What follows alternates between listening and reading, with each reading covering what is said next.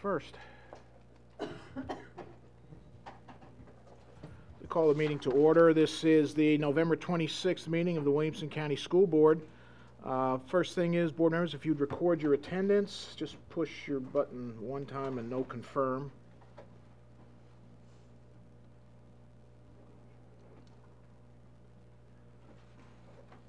Okay, and everyone is present. Very good. The next thing is our Pledge of Allegiance, and then a moment of silence. We might want to remember in our moment of silence Charles Sargent, who passed away recently, who was one of our state legislators, was a previous county commissioner for Williamson County, and would just keep him and his family in your thoughts. If we could please have our officers, Deputy Ron Hooper and Deputy Matt Erickson, if they come forward and lead us in the pledge, please.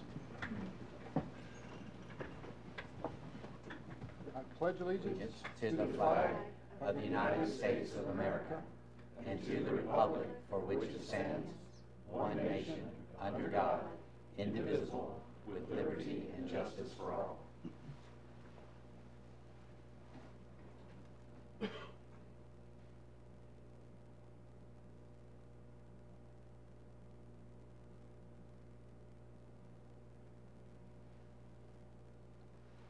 Thank you.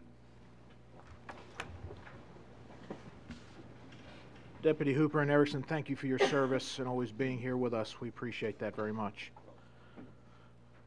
Next item is items of particular public interest, public comment. We have one speaker signed up for this evening, Mr. Randy Malden. Mr. Malden, come forward, please.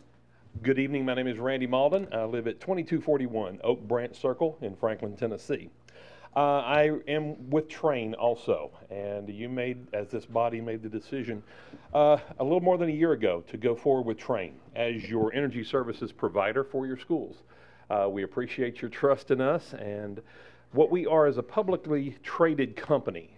And a publicly traded company, what we're allowed to do is we are allowed tax benefits with the United States government and the Department of Energy. So what we have done is we have applied for what is called a 179D tax credit. And with that tax credit, what we do is that gives us the money back because we have made improvements for energy savings to public buildings. So what we have decided to do as Train is we share this with our clients. So what I'd like to do tonight is present to Williamson County Schools a check straight for you in the amount of $42,559.02. That is for last year's work that we've done in your schools. Now, as you know, we're doing this in phases, so you'll see me again, hopefully, with a few more of these. But thank you very much, and I appreciate your time. We'll come back another time to see if we can get a picture together with this. Thank you. Thank you. Thank you. All right. Anyone else?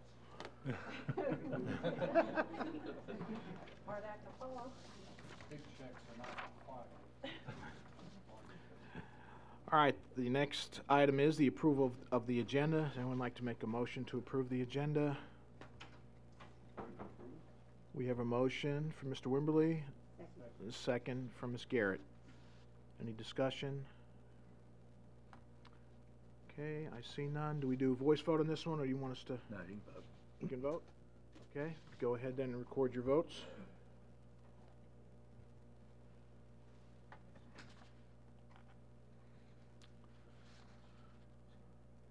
Your vote is 12 yes, 0 no. Thank you, Board. The next item is the consent agenda. We have some items up for approval on the consent agenda. Would anyone like to make a motion for this? Motion for Mr. Welch. The second, Mr. Haas, second it. Any comments or discussions on the consent agenda items? Okay, I see none. If you'd go ahead and record your votes.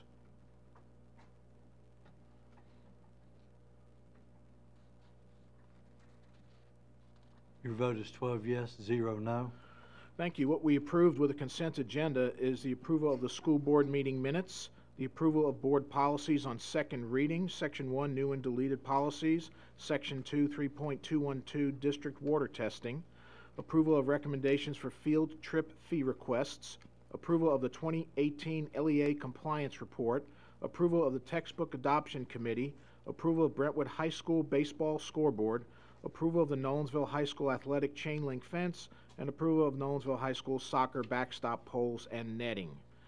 Next item is communications to the board, superintendent's report. Dr. Looney. Thank you, Mr. Chairman, board members. Good to see everybody tonight, and happy holidays to you. At your desk tonight, you will see that there is a handout with all kinds of activities for the community to enjoy during this holiday season. I hope that you find your way to one or two of those events at least and enjoy some of the magnificent things that we have that are being offered across our district. I did want to just real briefly mention, because at the work session, it's not an agenda item tonight, but I just want to remind you, at the work session we talked about the progress that we're making as it relates to the online learning program, and we're looking forward to the continued expansion of that program. And just wanted to mention, registration is going to be upcoming soon for students, and I wanted to use this forum just to talk about the registration process and to remind our families seeking alternative learning options for their children to please talk to their school principal or counselor for the various types of options we have, in particular the online learning program as well. With that being said, we have a number of highlights for our students tonight, some very smart and bright, and I just don't have enough words to use for you, actually, so we're going to let Mrs. Birdsong do that. She's better with words. Mrs. Birdsong. Thank you, Dr. Mooney. And board members, we do have several students and some staff members to honor this evening. And if I could ask Dr. John Kelton to come forward, please. We will start with perfect ACT scores. And Garrett Markham, if you will come forward. Garrett is from Brentwood High School. There he is. Congrats.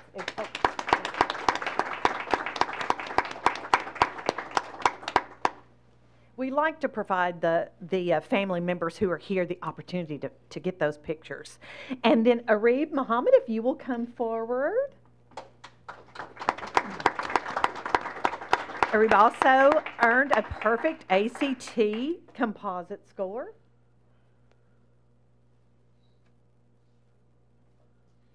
Everybody get your photos? Okay, very good. EQ could not be here tonight, but she also scored a perfect score on the ACT, also from Brentwood High School. Okay, that's it for Brentwood for this round. And Mr. Eubanks, if you'll come forward, please. And Grace Owen, if you'll come on up.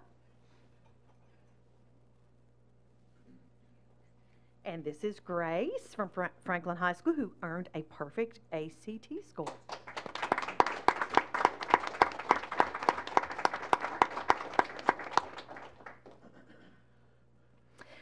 From Ravenwood High School, and he is not here, Ankash Dar also earned a perfect ACT score.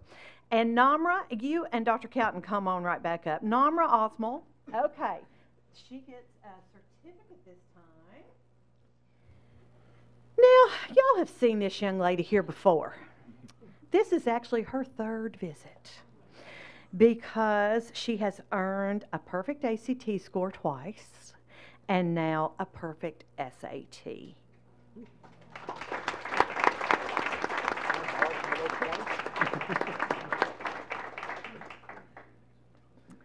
Congratulations.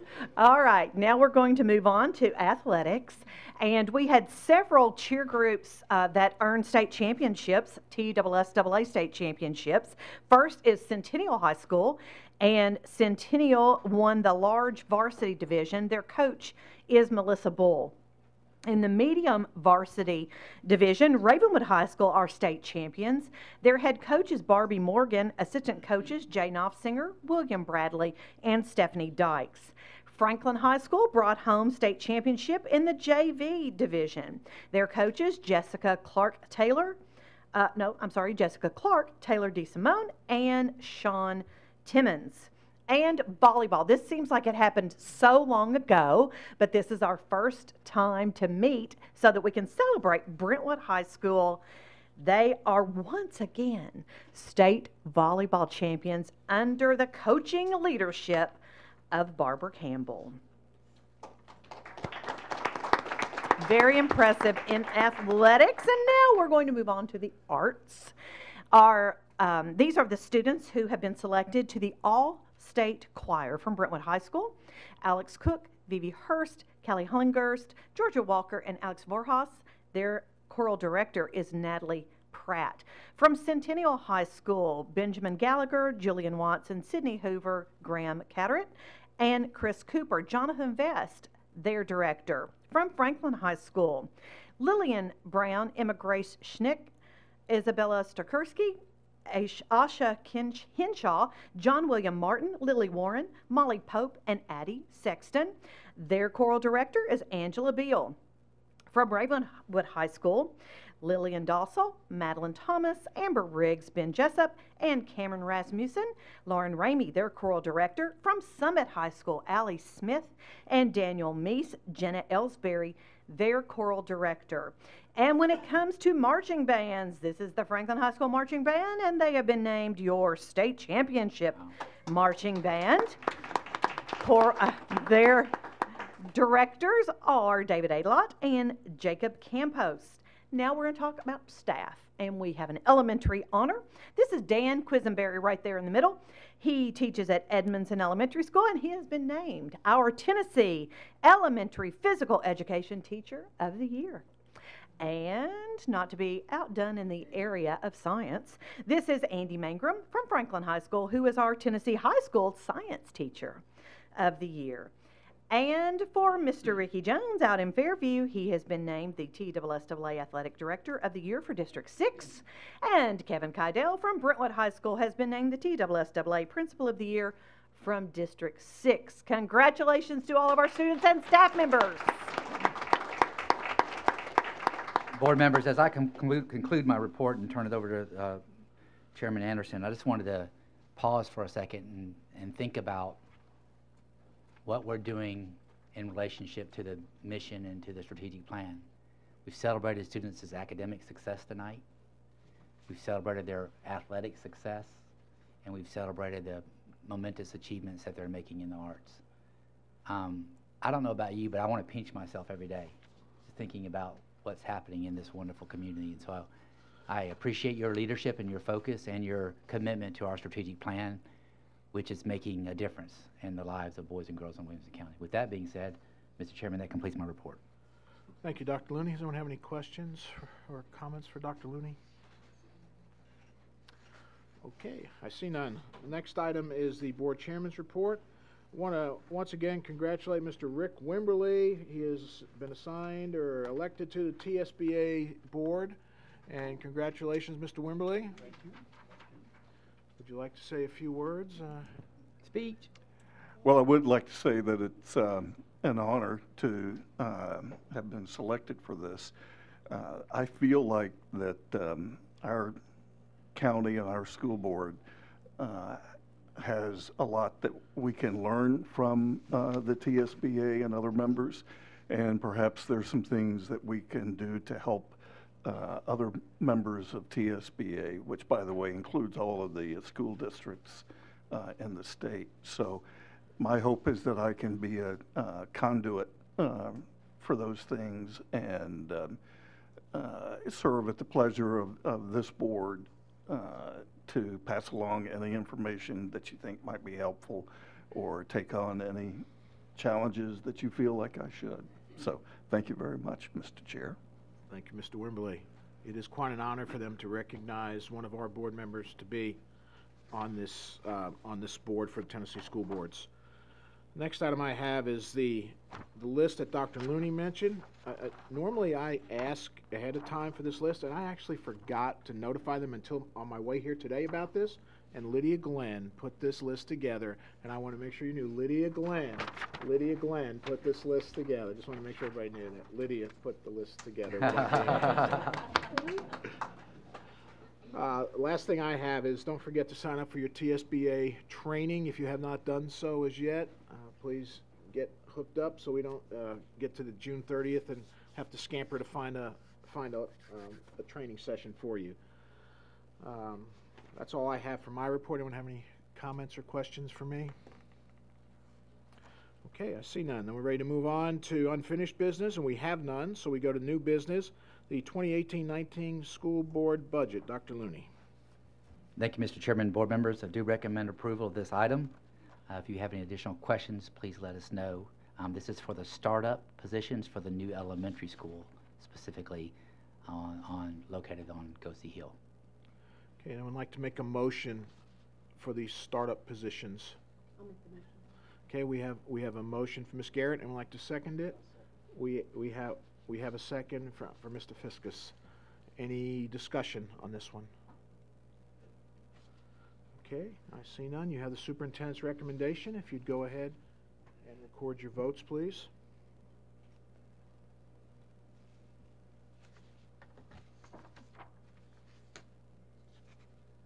Your vote is 12 yes, 0 no. Thank you. Board members, it's on your screen at your desks there on the vote. All right, the next item is the 5-year capital plan from 2018 to 2024. Dr. Looney. Thank you, Mr. Chairman, board members. I appreciated the discussion, the robust discussion that we had on this matter. As you know, by private act, we have to submit a 5-year capital improvement plan to the county commission, which is part of a bigger capital improvement plan for all of the departments in the county. We, in addition to that, we have in the last couple of years been providing you with a 10-year plan. So the 5-year plan is part of the larger 10-year plan, and there are items that move forward and backwards based on additional information that we receive based on enrollment trends. One of the most notable differences that you'll see, or one of the striking differences that you'll see on this particular 5-year plan is we actually move the central office complex back a year based on our priorities as a district and believing that we should build schools before we build the central office staff, and also the delay of an additional high school that would have otherwise had been in this 5-year plan. We pushed it out a year. With that being said, I do recommend approval of this 5-year plan. This is in no way a commitment on this board's behalf or on the county commission's behalf to fund this necessarily, but this is the funding that we suspect we're going to need over the course of the next 5 years to meet the enrollment demands of our district. Thank you, Dr. Looney. Anyone like to make a motion to get this one on the floor? We have a motion from Mr. Galbraith. I'd like to second it. Second. We have a second from Mr. Welch. Any discussions or comments or questions on the 5-year plan? Mr. Galbraith. Thank you, Mr. Chair, and thank you, Dr. Looney and staff. I've poured over this quite a bit. I feel like this is, in the times that we are living in, I feel like this is one of the most important things that we're called upon to do as a board, and as a extension of Dr. Looney and staff. And I'm fully in support of this. Make no mistake. But I think what I did is I went through and looked at this plan and compared it to the previous 3 plans that we've done. So there's been some criticism of how just the county does planning and we've done planning, and I would say to anybody that over the last 3 years since we implemented the 10-year plan, I think this process has gone pretty much like clockwork. If you look back, I think of just seeing some opportunities for improvement.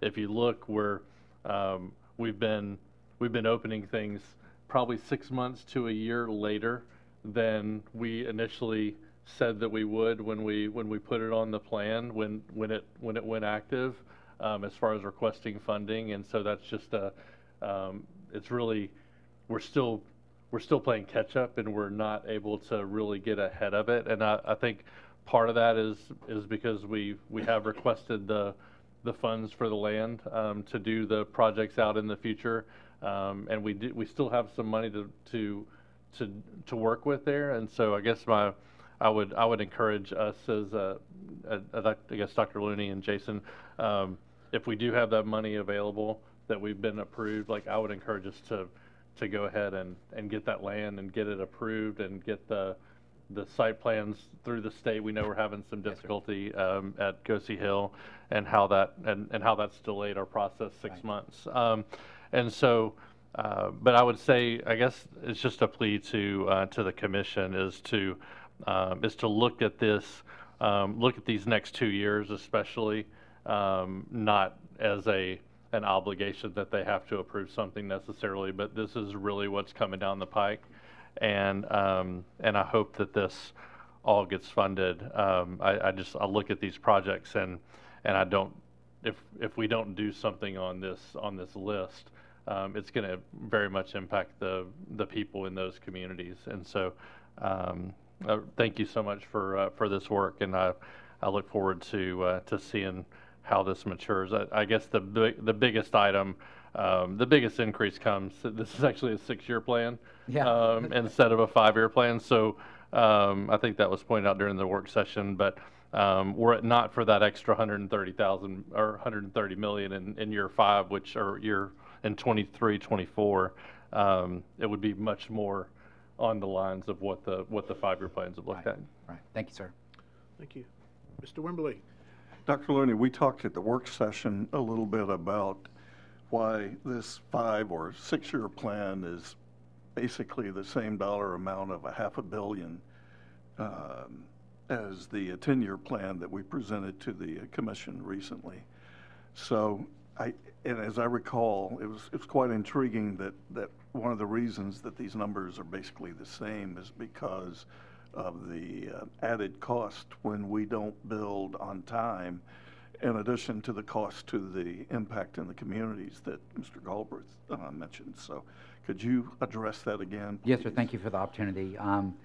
As we discussed at the work session, delays there is a cost. It's an opportunity cost, right? So the cost of construction, the cost of labor goes up, the cost of materials and goods go up as time passes. And so when we developed the original 10-year plan, it was based on the cost per square foot of construction at that time. So we didn't put an inflationary factor on it. So obviously, as time progresses, the cost will continue to go up. And I will tell you, Mr. Fortney is probably the best man in the state that does this work, but we're seeing exponential increases in cost of labor and materials and supplies, in part because of tariffs, and in part because of the high amount of growth that's happening in Williamson County. So there's a shortage of product, and more specifically, there's a shortage of skilled laborers to do the work. Everything from plumbers to electricians, and honestly, most of that is being absorbed. Most of the growth or the opportunity that we had is being absorbed in the Nashville area because Nashville is growing commercially so quickly, and so we're struggling there. Now that will ebb and flow over time. So costs may go down in the midterm and then go back up in the long term, but this is based on our most recent analysis of cost per square foot, and so. Thank you, Dr. Luding. Then if I could follow up, it seems like it might make sense, although I'm sure it's a tall order, to include some type of inflationary factor with these items. So something to consider for the future. Yes, sir. We will certainly do that. Thank you. Okay, any other comments or questions? Okay, I see none. You have Dr. Looney's recommendation then. If you're ready to vote, go ahead and record your votes, please.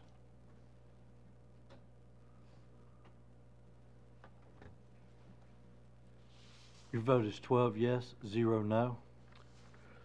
Thank you, Board. Our next item is the 2019-2020 school calendar. Dr. Looney.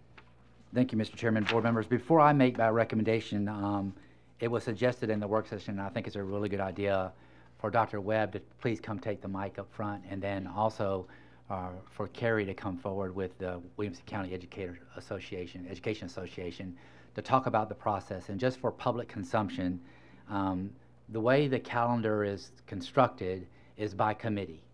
And so according to board policy, we have 10 individuals that serve on a committee appointed by the superintendent and the board to go through a process of developing the most academically sound instructional calendar that we possibly can.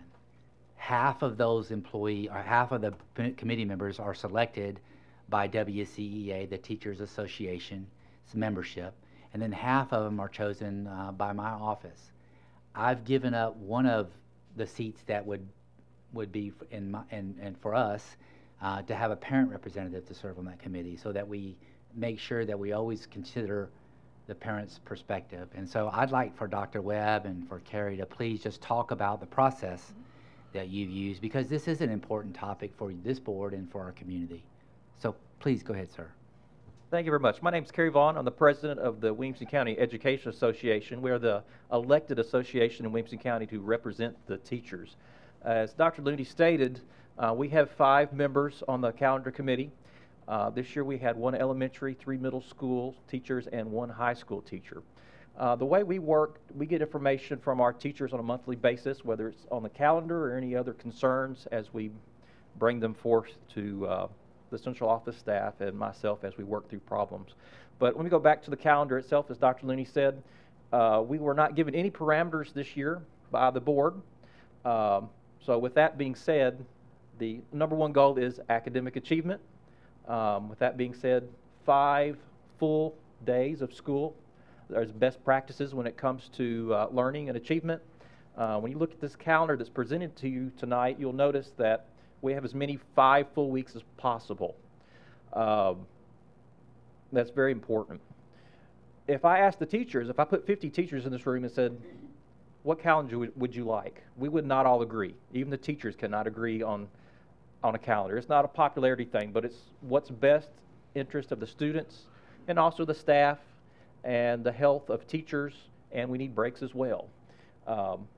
There's such a big picture of this. You look at the staffing, teachers, and, well, people that are paid by the hour. If you take breaks certain places, it doesn't quite work within their budget, as we try to budget and are friendly with all our community and the staff of Williamson County. But let me continue to say the calendar presented tonight has been thoughtfully crafted. If you take 1 day away from here, you have to put it back somewhere else. I've been on the committee now, I believe this is the 4th year, and as a teacher coming into it, I thought, well, this is simple, but it is really not. And when you get into the nuts and bolts of it, when you take something away, you have to put it somewhere else, and you look at all the things that go into it, it is a big process. I want to thank Dr. Webb and the Williamson County staff for providing data. When you look at time off, such as breaks, we looked at past absentee data from our students here, and we take that in consideration as well as we're forming the calendar in the future. One thing I mentioned last year was forming a consistency from year to year. One thing that I've heard from the teachers is the week off at Thanksgiving. People have very much enjoyed that, and we hope to continue that. People in our community have come to like that, and I've heard that quite a bit. The next thing was having two full weeks for teachers to be off at winter break.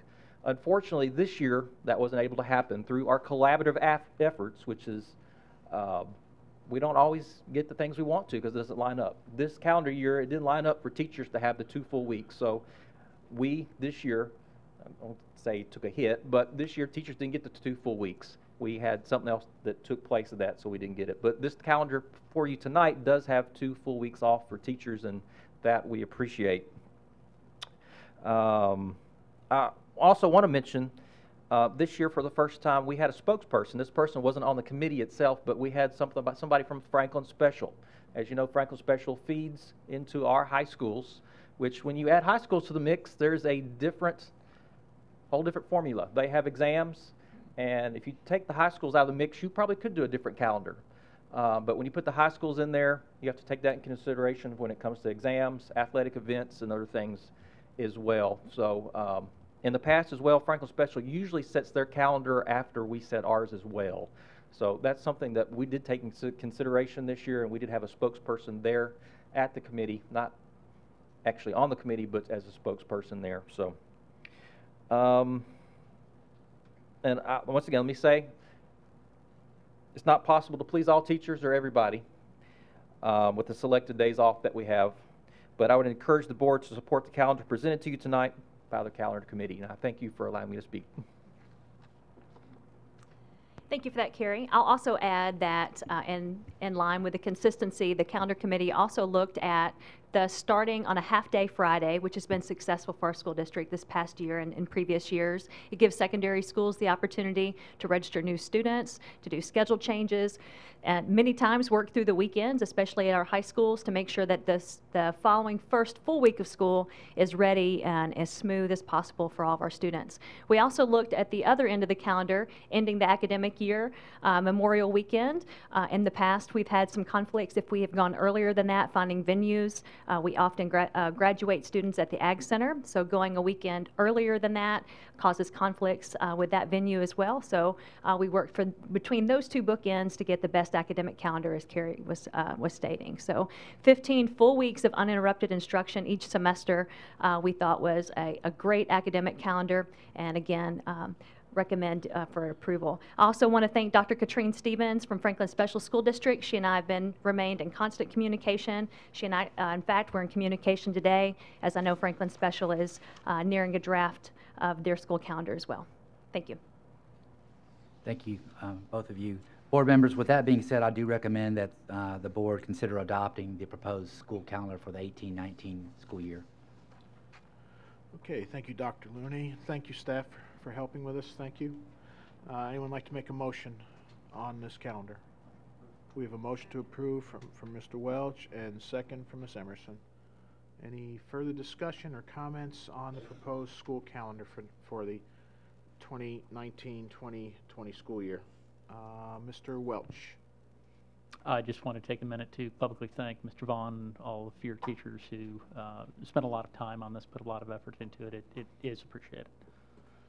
Thank you. Mr. Fiskus? I too want to thank them for their work, and as a former teacher myself, I know the importance of uninterrupted school days and weeks and so on. And I do want to acknowledge and thank the parents who provided emails to me and the input that they gave to me, expressing their concerns and questions. And I think the important thing is that as we build a calendar that is going to be able to provide the academic success, the art success, the athletic success that we saw this evening, there at some point we have to make adjustments, right? And so we wish that we were able to meet everyone's requests in that process, but we also need to know that we have standards that we have to be a part of, and so we appreciate the work that you all put in to make that happen. Thank you, sir. Ms. Cleveland? Yes. First of all, I want to thank Dr. Webb for everything she's done and the calendar committee. I am all for the process, and I believe in the process, but I just have to kind of give my opinion. But again, I do support the process, so I just want to preface that. And I had to write this down because I didn't go off and squirrel somewhere. So I just wanted to thank the calendar committee for the collaborating and coming up with the 1920 calendar, and I appreciate all the work that's been put into it and presenting to the public the thought process behind it. My comments are not intended for debate or to go against the work committee, what the committee has done, but to give some insight that I would like to be considered the next time we go through this process. I still believe in a week fall break, giving students and teachers a logical break after grading periods and going for an earlier start date. I personally don't believe a few extra days in a break will affect grades, and starting earlier will have much impact. When looking at the 20 surrounding counties, all but 2 have full weeks of breaks. However, not all have a full week of Thanksgiving.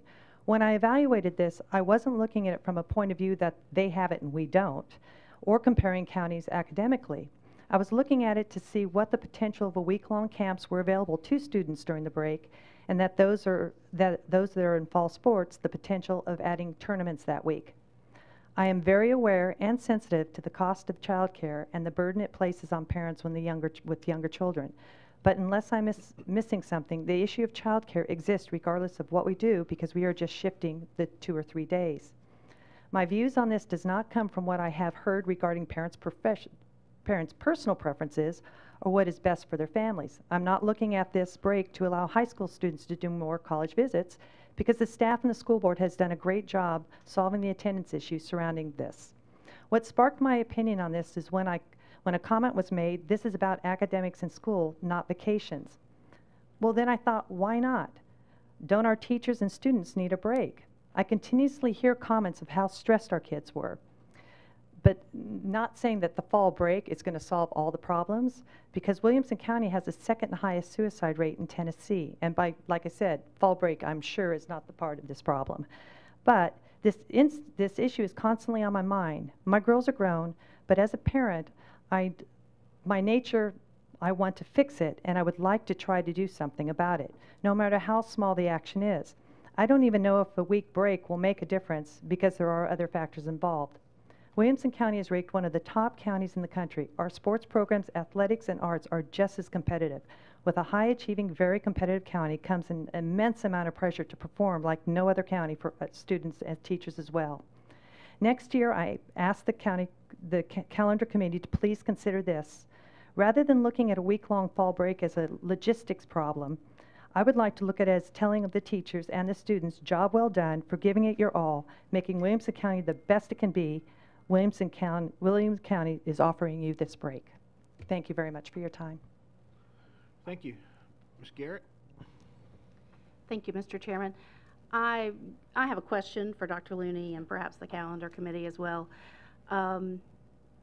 This obviously, the calendar is always one of the decisions that we make where we get a lot of community input.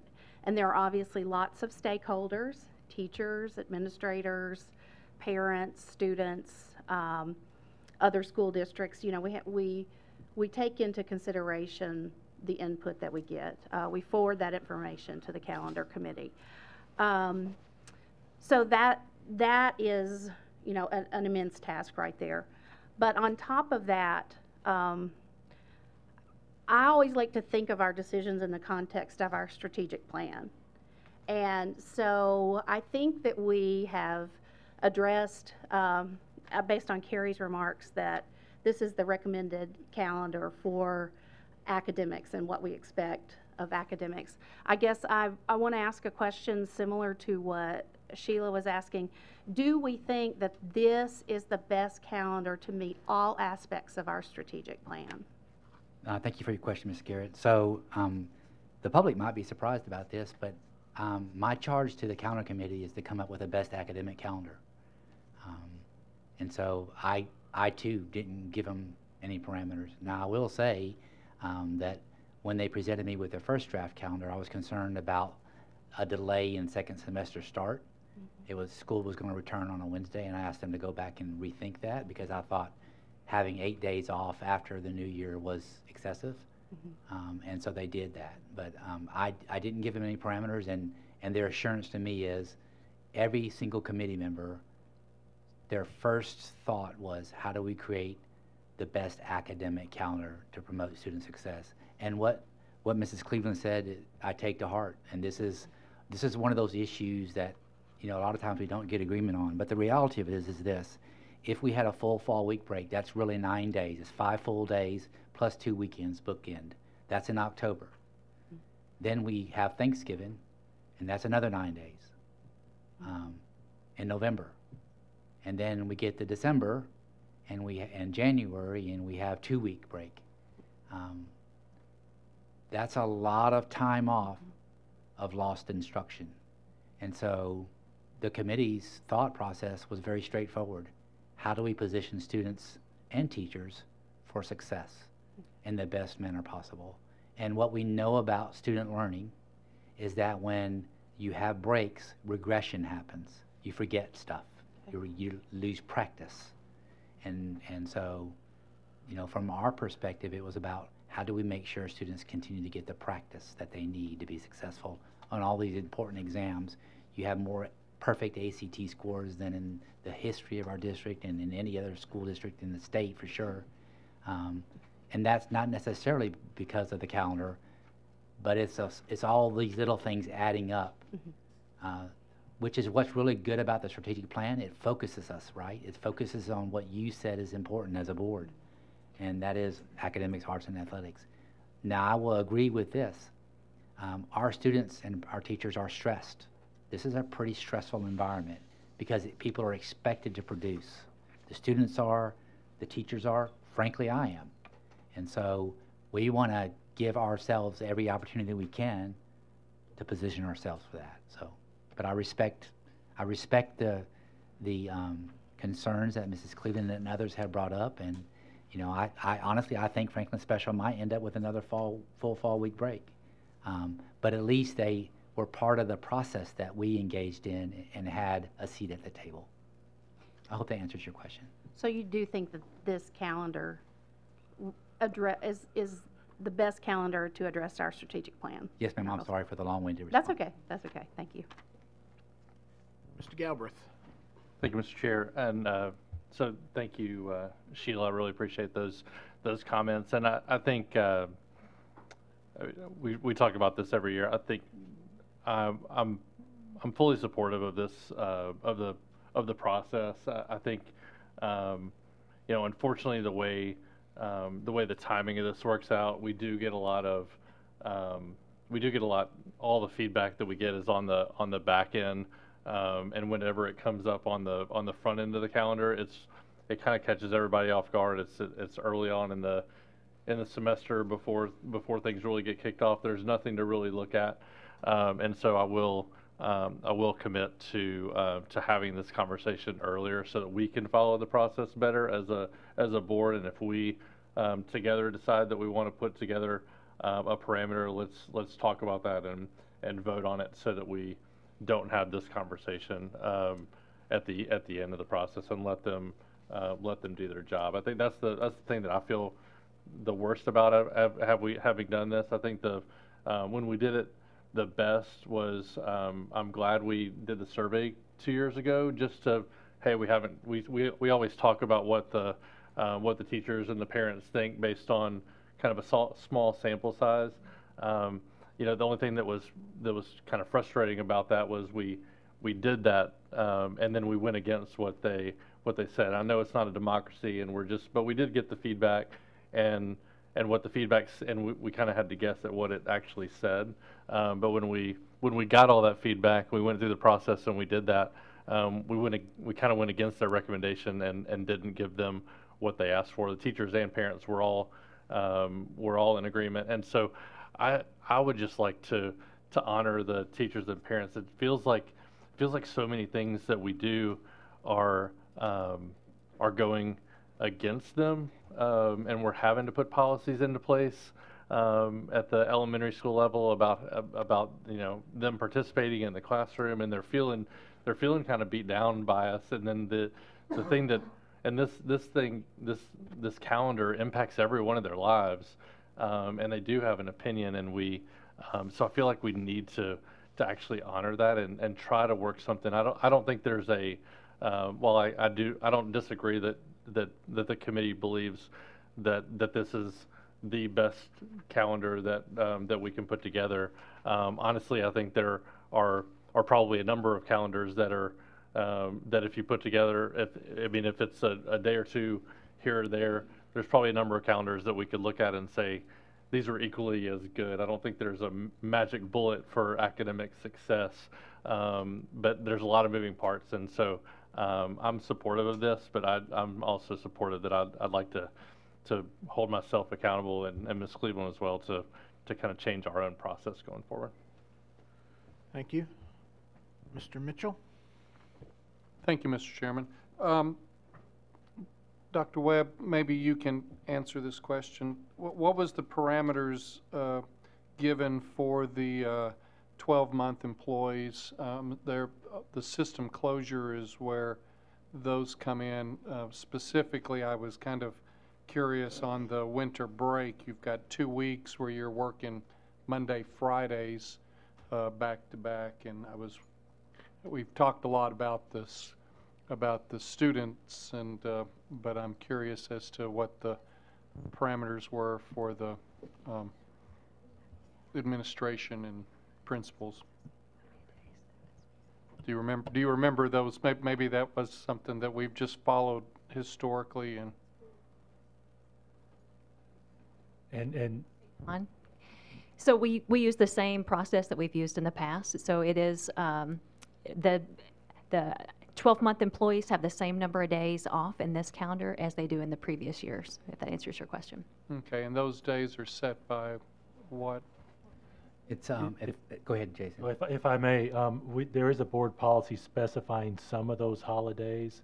I was actually in the process of pulling it up. Some of them say, for example, Christmas Day, New Year's Day, and so the bulk of them are defined on the specific days, but there is a little bit of flexibility in it. I can pull it up within a few seconds if anyone wants to add. And I'd just like to add, it's funny that you asked that question, because I actually have had in recent days some concerns about how other districts handle their 12-month employees' work schedule during the holiday season versus what we've done.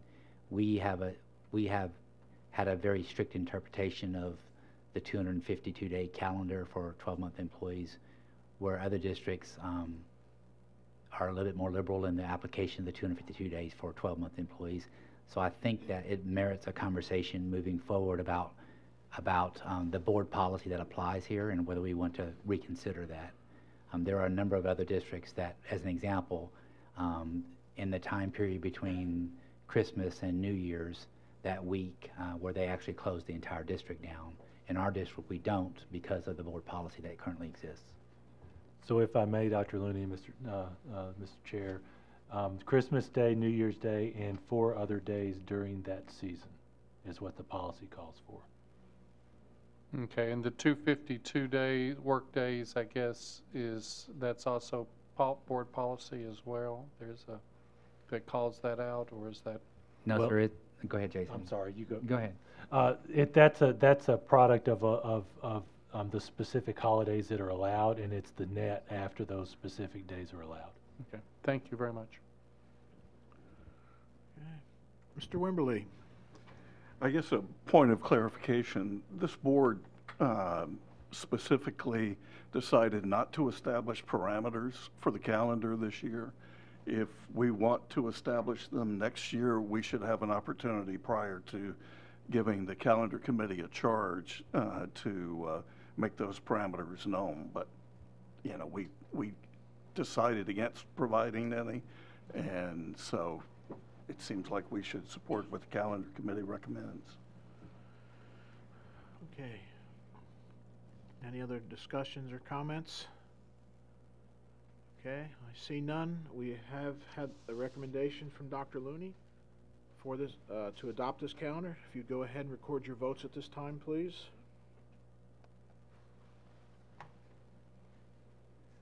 Your vote is 12 yes, 0 no. All right, thank you, Board. The next item on our agenda under new business is board policies, first reading. The first one is 3.210, naming buildings and ancillary facilities. Dr. Looney. Mr. Chairman, the operative word is first reading. I do recommend approval of this at first reading. Anyone like to make a motion on this one for first reading? We have a motion from Ms. Cleveland. Anyone like to second? We have a second from Mr. Hall. Comments or discussions? Mr. Wimberly. Yes, I'd like to make a motion that we amend the policy by dropping the 2 words after individuals and number 2. And I understand that there is a risk involved with naming a school after an individual, but I think it's a reasonable risk. I think that providing this restriction for this board or future boards is an unnecessary restriction on the boards who, if they wanted to, they could vote to put aside the policy anyway, so it's somewhat meaningless. We just did name a school after an individual, but I also feel like it's the people who make the community great, who make the community, as Dr. Looney said, pinch-worthy. And I can't imagine a greater honor to very carefully bestow on someone than naming the school after them. So it's for that reason that I'd propose that I make that motion. Okay, so you're making an amendment to the motion. Can you state again exactly what it is so we get it on the record? Yes, amendment to revise the policy by removing after individuals from the second paragraph. Let's just remove individuals. One word, that's all I'm asking. Remove one word.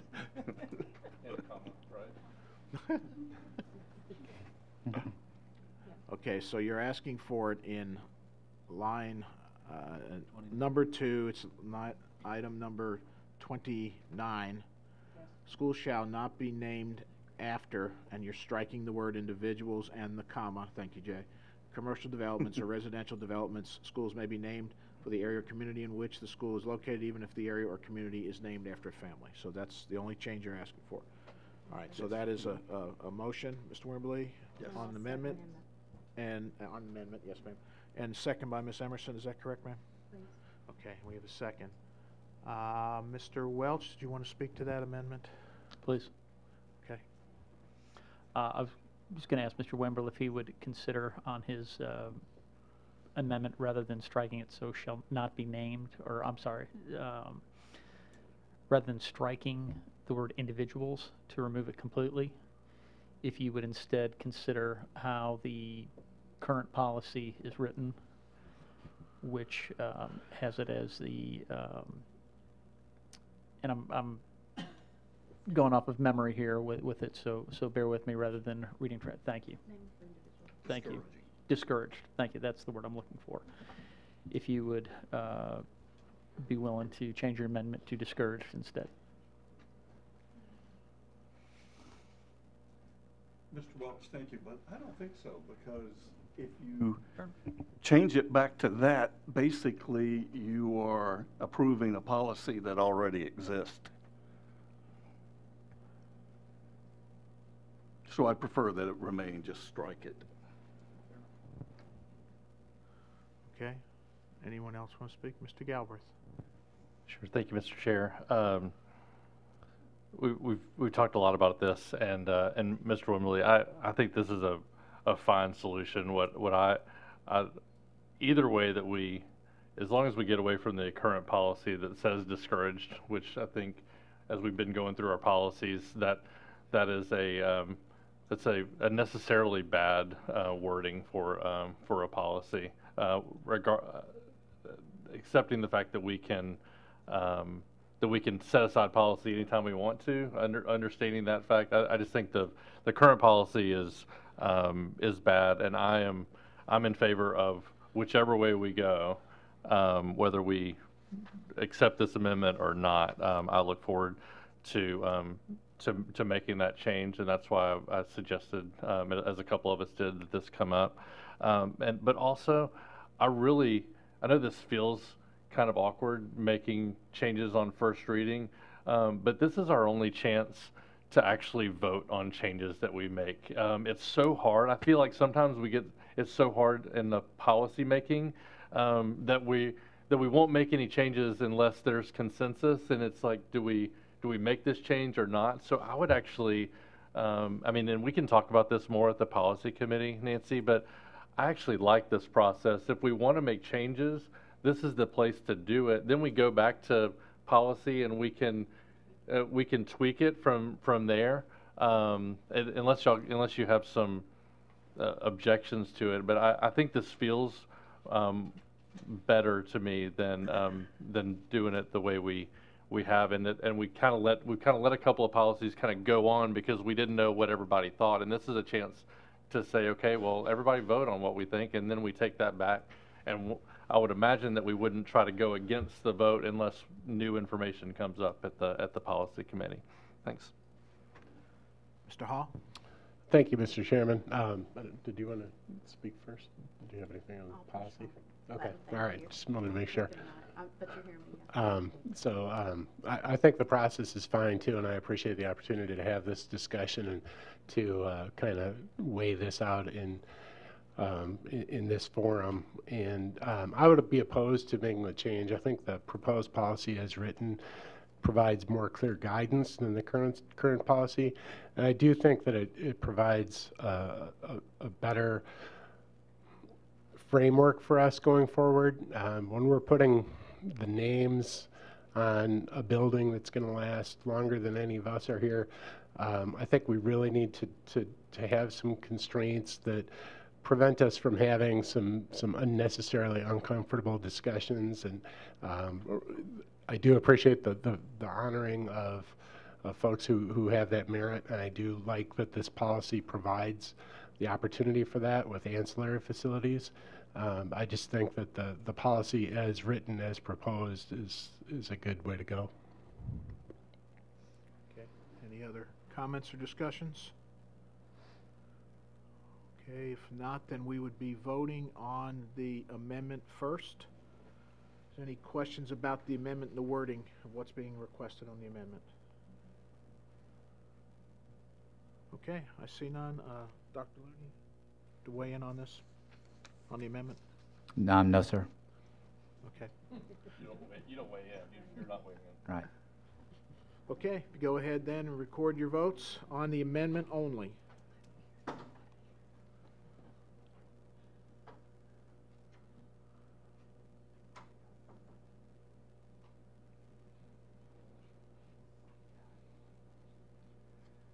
Your vote is 9 yes, 3 no. All right, thank you. Then we're now back to the amended main motion. Any comments, questions on that? Mr. Galbraith? Sure. While we're in the mood, I would like to just get a discussion and make a motion to change on line 42 and strike the words without noting preference, so that it would read that the naming committee shall submit a one-page summary which includes a list of 3 names and the justifications of the recommendation for each of the 3 names to the superintendent.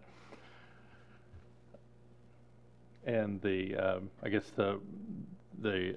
both of these changes are coming out of the impact that the old policy had. And so my thinking here is that I want to hear what the committee had to say from the committee, and I don't want to hear what the committee had to say from the board members who may be bringing different perspectives and having to disagree on representing what the committee said. So I just want to hear what their recommendations were. I recognize that we could take their first recommendation, or recognize that they're going to give us their top 3, and they're going to tell us why they chose these top 3, and then we're going to take one of those 3 and choose. I don't feel like if we choose their second choice, I don't feel like we're not honoring the committee's work, because it's one of the 3 choices that they gave us. But I think it's worth noting that I'd rather hear from the committee chair that these were the top, and this was overwhelmingly the top one, or it was really close and we don't really have a preference. So I'd rather just leave it silent on how to report it, and not make them say what their preference was. But if they feel like it, then the chairman could do that. So what are you amending to this then? I'm taking out on line 42, taking out the words without noting preference. List of 3 names. Okay, so you're just saying the list of 3 names and the justifications for the recommendation of each of the 3. That's right. So I'm not prohibiting them from telling who was first, second, and third. I'm letting the committee give a report to tell us what the committee said, and they've got to give us the 3 names and the justifications for those 3. Okay, anyone like to second that amendment?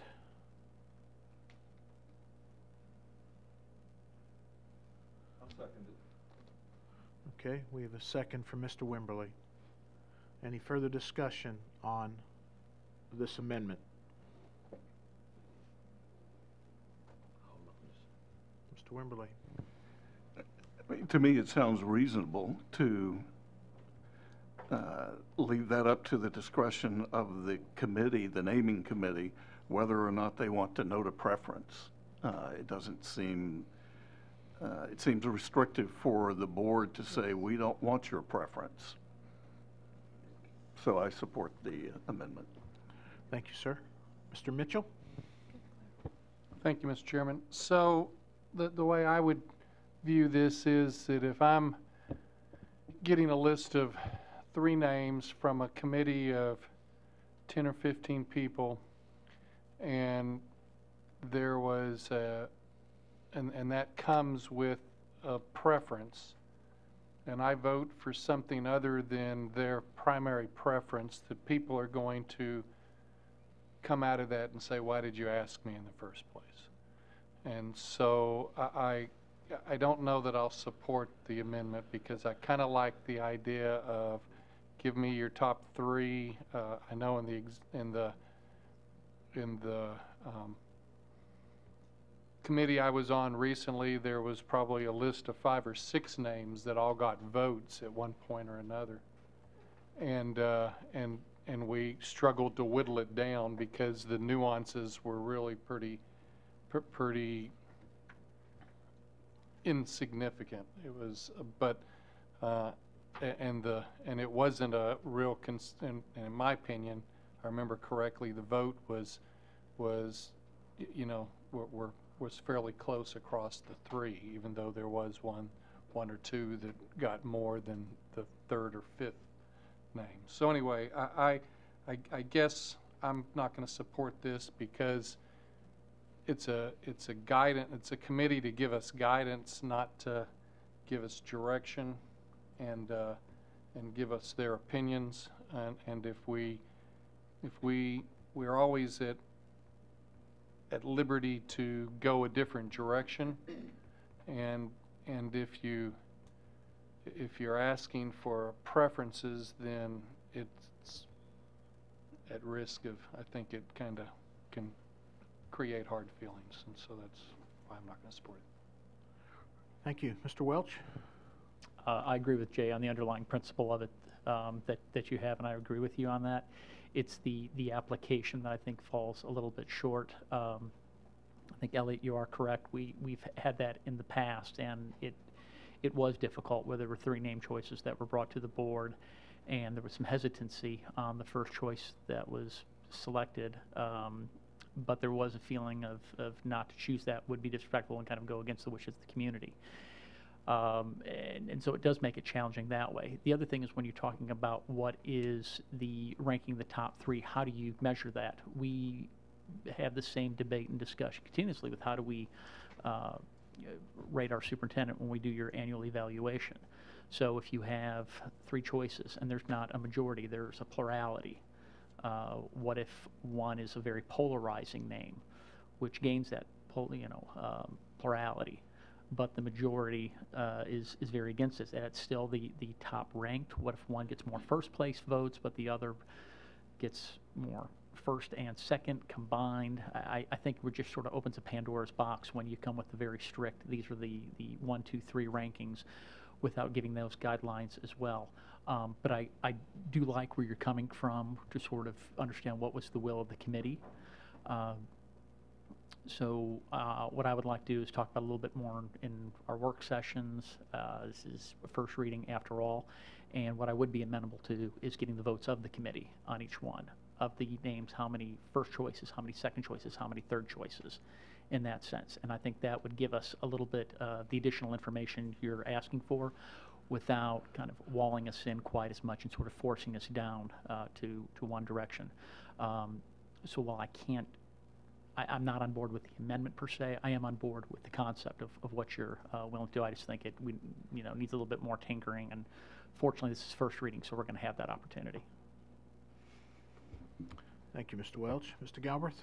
Sure, thank you both. And I just think from my perspective, what this does is not requiring them to rank their preference. It's just leaving it up to the committee chair of how they want to report. And I'm just coming off of this, and while I understand the hesitancy to want to go against the committee's recommendation, while they may or may not give one,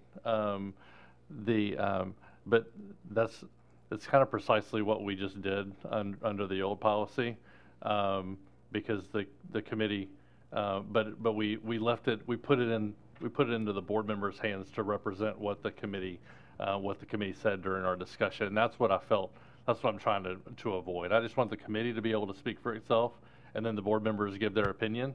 I don't want to be, as we're naming the next school, this Goosey Hill School, and you put you guys on the committee, I don't want the 2 board members on there having to represent what the committee said. I just want that to be stated by the committee chair, and now we just all talk about it and we're on even playing field. That's where this is coming from. But I do appreciate the conversation. This is what I wanted to figure out, is what everybody thought. Any further comments or questions? Okay, Dr. Looney, if the committee chair presented to the group without preference, but a board member asked what was the order, would they give the answer? Yes, sir. Well, that goes right back then to what he just said. They would, if asked, they're going to tell it. Okay. Are we ready to vote? All right. Voting on just the amendment that Mr. Galbraith made. You don't want to make it.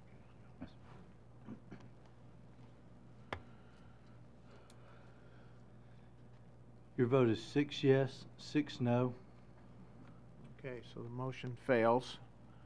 So we're back to the amended motion, original amended motion. Any further discussion on that?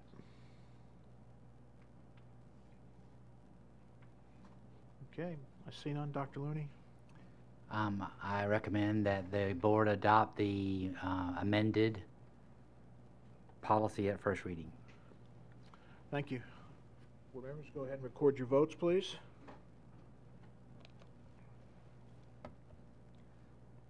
Your vote is 12 yes, 0 no. All right, thank you. Excellent discussion on this one. Appreciate that. The next item we have is policy on first reading, 4.7001, semester and final examinations. Dr. Looney. Thank you, Mr. Chairman, board members. I'm really excited about this proposed change. I think this solves several significant problems in our district, and I do recommend that you approve this at first reading. As I committed to in the work session, we can administratively handle any exceptions to this process for the first semester students, and this should be in place for second semester. Do recommend approval. Okay, anyone like to make a motion for this one? We have a motion from Ms. Emerson, and we have a second from Ms. Cleveland. And Mr. Welch. Dr. Lee, could you just expand on how you would handle that administratively? Just very succinctly and briefly. Yes, sir. For students that have either religious or medical reasons where they should have been exempt from first semester exams, so long as we can verify those will be approved. Under the current policy, I have that authority already, so it would not require us setting aside policy. And what would be that process for them to go about doing that? They just simply talk to their principal, provide the evidence, and it's going to be approved. Okay, Ms. Garrett. Yes, thank you, Mr. Chairman. I want to express my appreciation to the group who worked on this. This has been a long time issue, particularly in the spring semester for many of our club sport athletes who go on to win state and sometimes national championships and then have to worry about those absences while they're gone, you know, doing great things for themselves and for our district. So thank you very much. Thank you. Mr. Hall. Thank you, Mr. Chairman. I wanted to echo Ms. Garrett's comments and thank Dr. Lee Webb in particular for solving what's been a vexing issue in many different areas for quite some time. And I think that, you know, this does put a little more onus on parents and students to get in the written excuses that avoid the unexcused absences.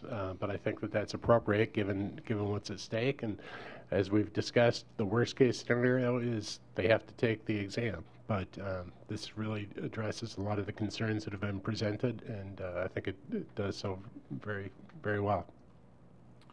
Thank you, Mr. Hall. Mr. Galbraith.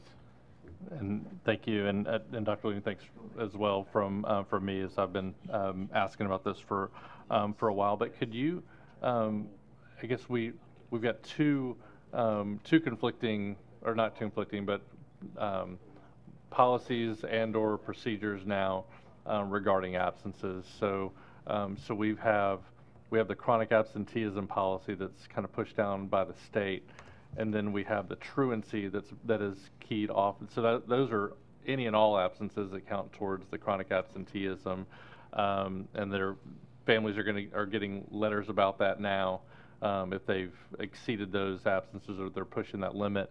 But then there's also the truancy laws that have changed. We've got a procedure around that, as far as when a student gets 2 or 3.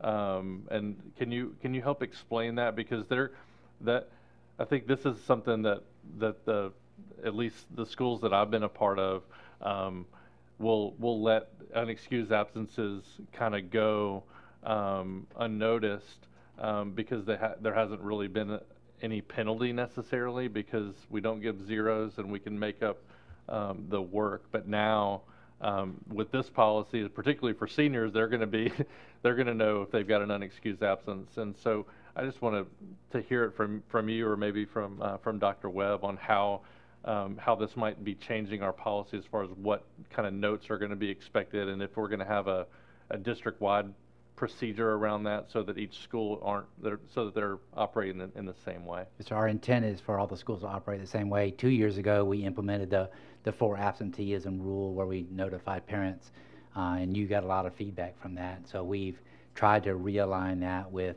the truancy rules that are provided by the state. So a student is considered truant anytime they don't provide a reason for being absent from school. That's an unexcused absence, which by definition is they're truant from school. And so we have a process of a mechanism in place where we notify the parents of that truancy. To Mr. Hall's point, it's critically important that parents provide a written excuse. Doesn't necessarily mean a doctor's note, but a reason why Johnny was out of school.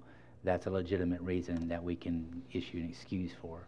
You know, going to Disney World is not an excused absence, obviously. Now, the board and the state, honestly, provide a certain number of days. It's actually less than 10% of the school year. So for us, it's 17 days in a school year that you can be absent without being considered chronically absent. And so we have several different topics that we're trying to address in policy. One of them is the exam exemption policy that you're working on tonight. That applies only to seniors, obviously. But we also have to address the new truancy rules and regulations from the state. And they have given us some very strict guidance, along with chronic absenteeism, which is independent from truancy. Chronic absenteeism is if you're out the 10% of the days, regardless of why you're out of school, whether it's due to a funeral or an extended illness. If you're out, you're out, you're out, and you will be considered chronically absent. So we're trying to merge those 3 ideas into a coherent policy. Your point is well made, though, and that is this. I'll ask Mrs. Birdsong through InFocus and with our leadership team to work with our principals to make sure that we provide as concise information as we possibly can. Thank you. Okay, Ms. Durham? I just want to say that I think this is a really creative solution to a lot of issues that have come up, and I really appreciate the thought process and everything that goes into people who sit back in the back and come up with ideas on how to improve policies. I think it's brilliant. It addresses all areas of our strategic plan again, and it even goes outside and addresses their social and personal needs as well. So I think it's perfect. So thank you for being creative. Thank you. Ms. Emerson? Thank you. I just, I want to compliment you all on this has been such a contentious part of not only this policy, but what students, especially seniors, have to face every year. And I am just, you have simplified it. You have streamlined it. You have made this very easy to understand. You've gotten all of the extraneous things out of the way. And the focus is exactly where it needs to be. And I just want to thank you so much and give you the praise and the gratitude as a teacher and also the mother of students who are doing their best to get into a really good school. They're going on, they're excellent A, top students, but they're penalized for being top students by something that is now no longer in the way. So thank you so very much. Yes, ma'am. Thank you. Any further comments or discussions? All right, I see none. We have Dr. Looney's recommendation on this one. If you'd go ahead then and record your votes, please.